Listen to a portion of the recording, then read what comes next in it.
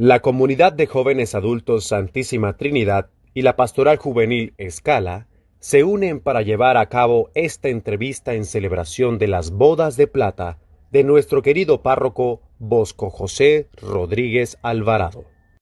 Nace un 17 de diciembre de 1966 en la famosa Tierra de los Lagos y Volcanes, Nicaragua.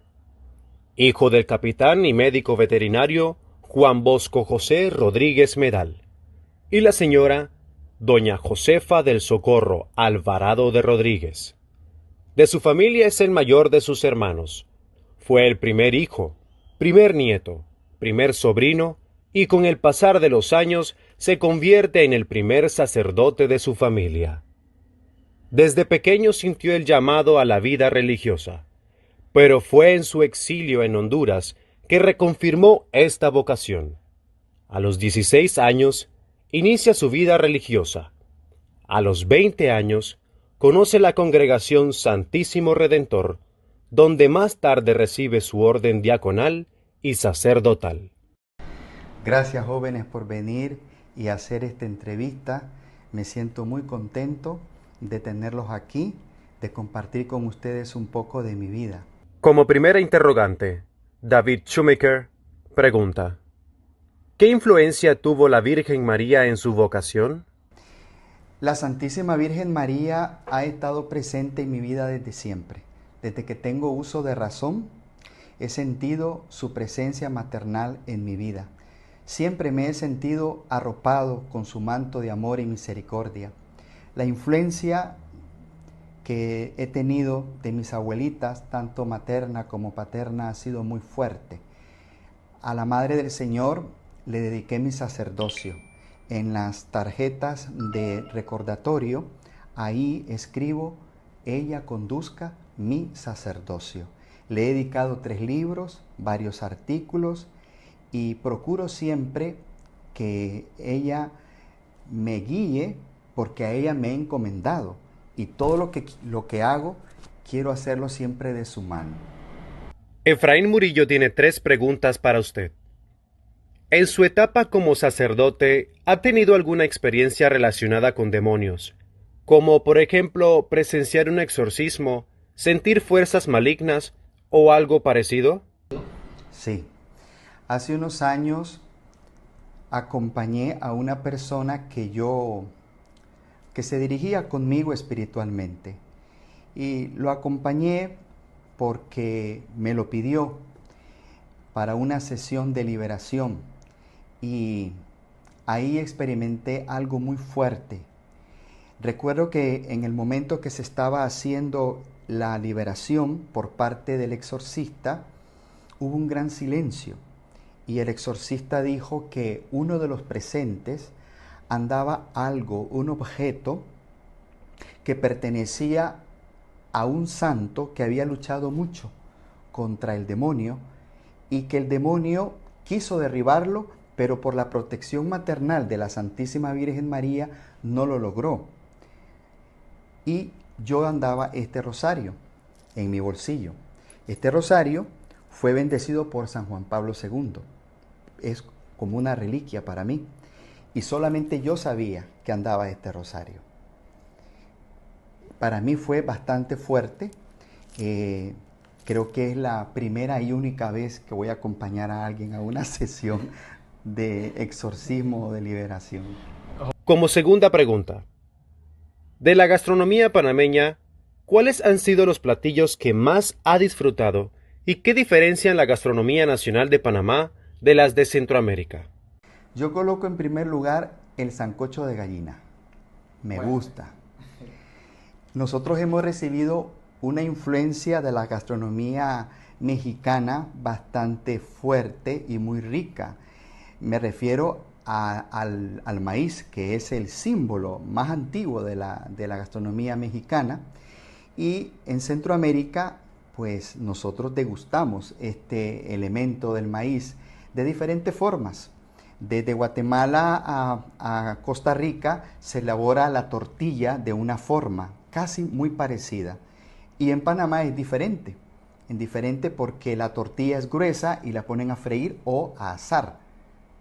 Esa es la diferencia que he encontrado en algunos platillos. Y como última pregunta de Efraín, en su autobiografía menciona que debido al triunfo de la revolución sandinista, tuvo que emigrar junto a su familia hacia Honduras. ¿Cómo fue vivir ese momento? ¿En algún momento los sandinistas lograron de alguna forma perjudicarle? ¿Fue en Honduras el lugar donde recibió el llamado a ser sacerdote? Mi padre fue capitán de la Guardia Nacional de Nicaragua en el tiempo de Anastasio Somoza Debayle. Y por esa razón, cuando el dictador Anastasio Somoza es derrocado por la revolución sandinista, tuvimos que salir al exilio. El exilio nunca es agradable. El exilio siempre es doloroso, muy doloroso. Pero en el exilio aprendimos muchas cosas, mi familia y yo. Aprendimos tantas cosas que nos hizo crecer, y nos hizo crecer como personas, como cristianos. Entonces yo valoro también esta parte de haber, en el tiempo del exilio, haber sido confirmado en mi vocación religiosa y sacerdotal. Pero repito, el exilio siempre es doloroso.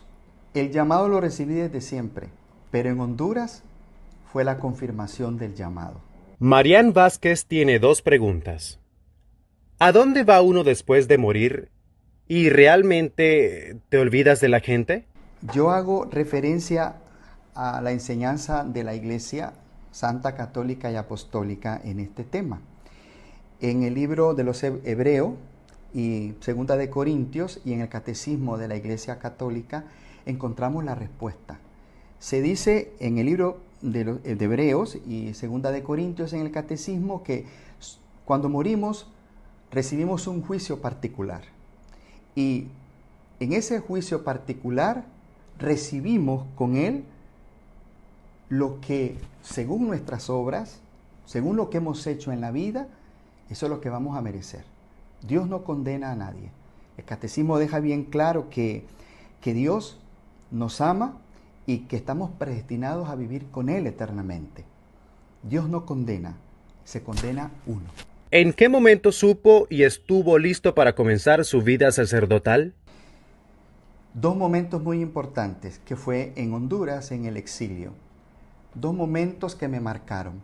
Recuerdo que cuando mi familia tuvo que ir a Estados Unidos, de Honduras viajaron a Estados Unidos para instalarse allá, mi padre me llamó y me dice, aquí hay dos cosas, o te vas con nosotros o entras al seminario con los redentoristas. Tienes que decidirlo. El pasaporte debe llevarse a la embajada de los Estados Unidos para ser sellado para la visa. Y si no mandas el pasaporte, significa entonces que has optado por la vida religiosa. Y así lo hice. Mi familia se fue toda y yo entré a la vida consagrada, a la vida religiosa con los redentoristas. Ese fue un momento decisivo para mí. Se fueron todos.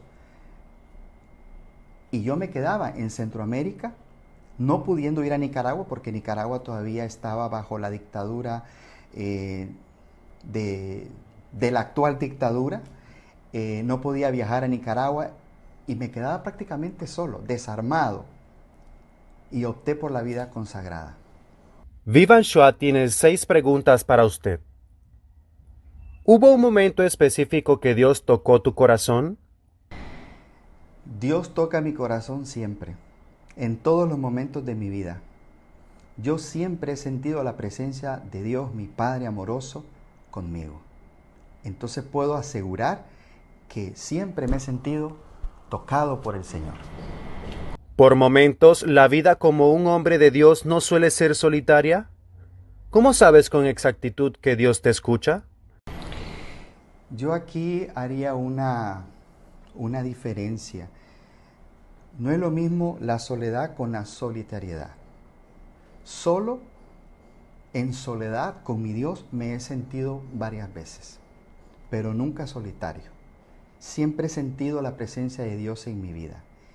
Y decía el gran filósofo Jean-Paul Sartre que cuando se está solo con uno mismo y se siente mal, entonces es una mala compañía. Entonces aquí yo puedo decir que sí he vivido momentos de soledad, no de solitariedad, y me he sentido siempre acompañado por Dios, me he sentido acompañado por mi familia, por mis amistades, por muchas personas que durante mi sacerdocio han estado conmigo unidos en la oración.